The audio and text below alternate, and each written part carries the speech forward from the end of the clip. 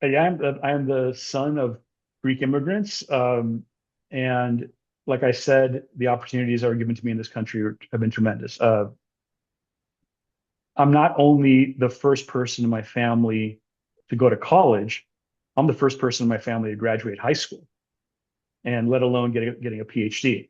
So I'm very grateful, and that was something that my parents worked very hard and gave me every opportunity, with the understanding that I was not going to I was not going to do the work they had to do.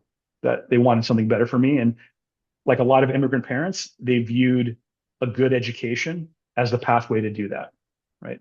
And that's also why that I feel that I want to do everything I can to keep making that a reality, that higher ed for those that want it, and for those that you know see the utility of it, it maintains its ability to change socioeconomic trajectories in a way that no other institution can do as reliably as higher ed has done. In terms of the particular work I do, well, my path through college was very circuitous. I went through a lot of majors. I did exactly what I tell other students not to do. In fact, I'm a very bad example of sort of an undergraduate pathway. But I became interested in child development because I had one remarkable professor as an undergraduate that kind of brought me into that field. That's not where I was headed, and did some research there, and that kind of put me on my path.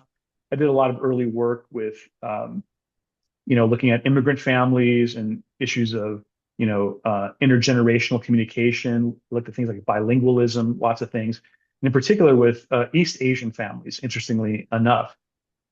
But once I got into my university job, professor of child and adolescent studies, I'm currently serving as chair in another department in college, and that's educational leadership. So that's a little unusual, but um, it was more like I started looking around me. And because the university I go to is a relatively high access state university, we have a very large percentage of students who have been and are historically marginalized and underrepresented. A lot of Latina students, for example. I started seeing the challenges they were facing, and it made me interested in doing research on academic outcomes with adolescent and young adult populations.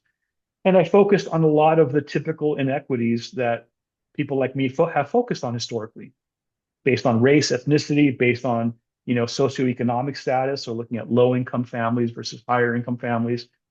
Did a lot of work there, tried to create student interventions that would lead to more equitable outcomes. I did a lot of that work. And I pivoted to this issue of boys in school again because I started seeing the data at my own institution. For example, noticing that the biggest gap in graduation rates is not between our ethnic racial groups. It's not between low income and higher income. It's not between students who had parents who graduated from college versus those that didn't.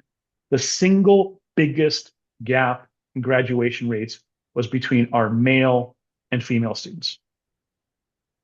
And once I saw that, I couldn't unsee it.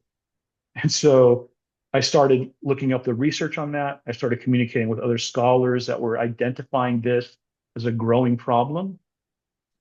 Ended up joining the American Psychological Association's, actually, I was brought in to the American Psychological Association's National Task Force on Boys in School, increasingly working with others nationally in this space. And kind of, trying to get the message out. That's why I love opportunities like this, but also starting to put together research agendas that are going to help us better identify the root causes of these gender gaps. Like I said, I think you heard a lot of them that I went through. I think we have some sense.